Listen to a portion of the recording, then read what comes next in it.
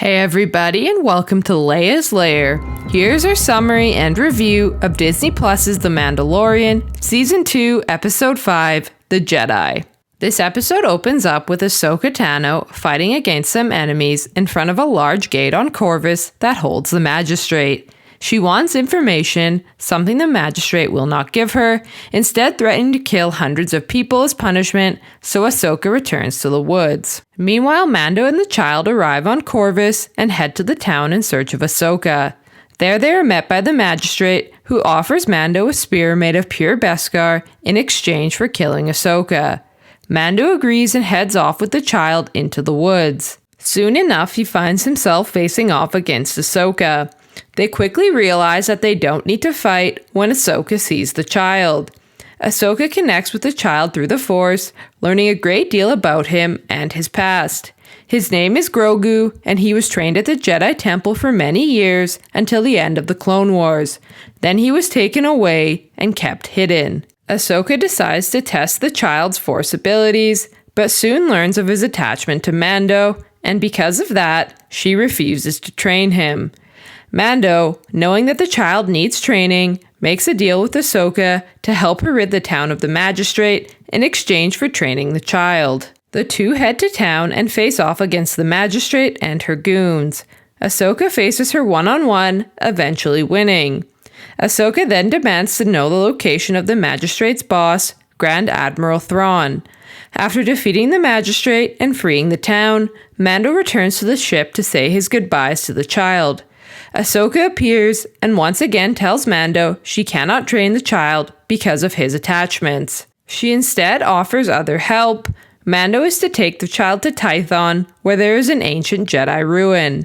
Mando is to place the child on the Seeing Stone and allow him to choose his own path. If he wants to be trained, hopefully a Jedi will find him. With that, Ahsoka departs and the episode ends. Alright, so what did we like and dislike about the episode? Well, obviously we loved Ahsoka Tano. I mean, she was so badass in the episode, as she always is. That opening scene, I was so shocked to just see her, like, first scene of the whole episode. There she is with her white lightsabers blazing. Yeah, I did not expect to see her that soon. It was like, I was like, okay, like maybe, on the off chance, maybe it's not even going to be Ahsoka, or maybe we're going to, see something at the very, very end of the episode. Yeah. But yeah, the very first scene we see is just Ahsoka with her lightsabers just taking out guys. And man, Rosario Dawson looks so awesome. She did such a good job. Mm-hmm. Even like the mannerisms and the way she talks is just so Ahsoka. Like, she just looks so good. Yeah, I think she definitely nailed the part for sure. Yeah, the casting was really, really done well, and she just is just herself, and it's just so cool to see her in live action. Mm-hmm. Well, you learned like so much in this episode. That's what I kind of liked. Oh yeah, about the child, we learned so much information. Yeah, Grogu, so cute. I love it. Yeah, it's just kind of wild, like. I hear this whole time, I'm like, oh, I wonder what sort of like backstory they're going to have with, the child, Baby Yoda, Grogu. And you find out that he's been just kicking around in the Jedi Temple for most of his life. That's crazy. I didn't expect him to just be like trained as a Jedi. Yeah. And someone had taken him from the Jedi Temple and has hidden him. Yeah. Now, the next question is who did that? Where was he hiding? Because after that, it's foggy for him. And then they were saying how he kind of forgot, like his Force abilities weren't what they were because he'd been trying to hide them for the last many years because he was trying to stay hidden. Like, it's just so much information. Yeah. And I just loved how him and like Ahsoka just like talk through the Force. It's so right. Funny. She's like, oh yeah, I kind of can understand him. Yeah. And then just Grogu, he just like looks at her. Yeah. It's so cute. And looks at Mando like, aw. Yeah, very cute. Yeah, we found out so much in this episode. I was also very shocked to hear Thrawn be mentioned. Wow, yeah, that was a curveball for sure. I was just like, when she was like, I need to know where your boss is, I thought she was going to be like, Moff Gideon. And I was like, oh yeah, here we go, full circle. Everyone's looking for Moff Gideon. And then she's like, Grand Admiral Thrawn. Right. I was like, whoa. Like even like anything else, like I was like, oh, maybe like they'll say Snoke or like Palpatine or whatever, which we're kind of like, okay, we saw those tubes in the last episode.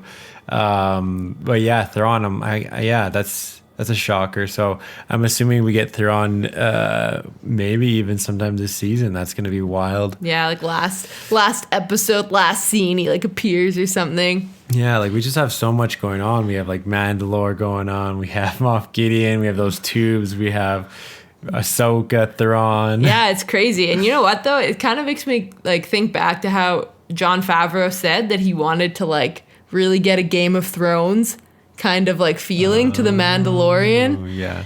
And like by throwing in all these different plot lines and all these different characters, like that's what he's gonna do. It's pretty crazy to think because I feel like the first season that it was just it was pretty simple. Yeah. The plot line was pretty simple. Yeah, just one little story. Now we have so many different stories going on, but we're still just following Mando and Grogu, right? So that hasn't really changed. Yeah.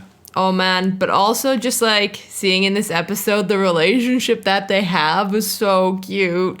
How like he wouldn't give Ahsoka the stone, but when Mando gave him like the ball from the ship, he gave it back to him. Like you can tell they just like love each other like father and son, and it's so cute. Right. Oh, don't we all? And then he was like going to say goodbye to him, and I was like, oh my heart, I can't handle this. And the quintessential Ahsoka fashion. Yeah. Well, I'm not going to train him because I know somebody who held attachments and he fell to the dark side. I wonder who she's talking about. Yeah, wonder who that could be. No, it can't. Does not ring any bells. Yeah, that's wild that she won't train him. But you know, something had to happen like that, or then that's kind of the whole plot. It's like, oh, okay, see you, Mando. Yeah. Like now you can go to Mandalore or something. I don't know. I was kind of hoping though that she might like tag along with them or something, you know, like now we have like a motley crew of 3 instead of just 2. I thought that'd be cool. I think with this show we're never gonna get a character that just like stays with them for more than an episode or 2. Yeah, I think they just these are characters that can come in and out at different times, as we've seen with like Grief and Kara, even just in the last episode. Yeah. You know, will they come back again? We don't know. We don't know for this season, at least, right? Yeah. But that's totally fair. Same with Ahsoka. We don't know if that was it and that's it for this season, or if she's gonna be back. We also don't know anything about Boba. At least back. Ahsoka got like a whole episode. Boba got one end scene. Right. He got like 10 seconds. Not even. Definitely disliked Mando almost giving up the child, though. We need them to stick together. They gotta stay together. They're clan now, you know? Yeah. And I didn't, you know what? For all the things that were so good about this episode, I felt like the actual plot of the episode, like the whole magistrate and that, I kind of felt like it didn't really do anything. Yeah, you know? the actual plot behind the episode, like behind the Ahsoka and the child and Mando, like what was going on was just kind of meh. I don't know. Like it just didn't do too much for me. Like it just was like, oh, we're going to kill these people if you don't go away. Tragic. Oh no. And then Ahsoka's like, you can't do that. And then she comes back and like defeats them, you know? Yeah, it was very simple, but I'm wondering if they did try to do that just to not take away from the whole Ahsoka and Grogu bombshells that were being dropped on us. So that's my thought, is that they probably didn't want something too intense, because it was a slow moving plot too. You know, they had them in the forest for a bit there. And then even Mando was in like a Wild West shootout with the duel or whatever for like, I don't know, it seemed like 5 minutes, but I also thought it was like pretty crazy how at the end she like just told Mando to take the child to another like planet called Tython and like kind of let him choose his own path, which is like pretty cool, because you know, like a lot of Jedi didn't get to choose their path type thing, they were found. But like also she said like if he does choose to like go down the Jedi path, another Jedi will be able to like find him. Now I'm thinking like, who could that be? Yeah, I mean, my suspicion would be that it would be Luke. You would assume, yeah. Luke or Leia. Although it's like realistically, what sort of actors could they get to like put in there? You know, Sebastian Stan, right? So yeah, I would assume it would be like Luke or someone, but yeah, I don't know, Ben Solo, right? Yeah, I don't know who it would be. I like you know who it could be. Could be Ezra Bridger. I was thinking that, but then I was like trying to think of the timeline in the back of my head. I was like, does this add up? Because, you know, Ezra just kind of disappears after Rebels, right? Yeah, everyone sort of disappeared after Rebels, so you don't really know what's going on. Right? But I guess we are getting like another part of Rebels next year, so maybe we'll get a bit more information.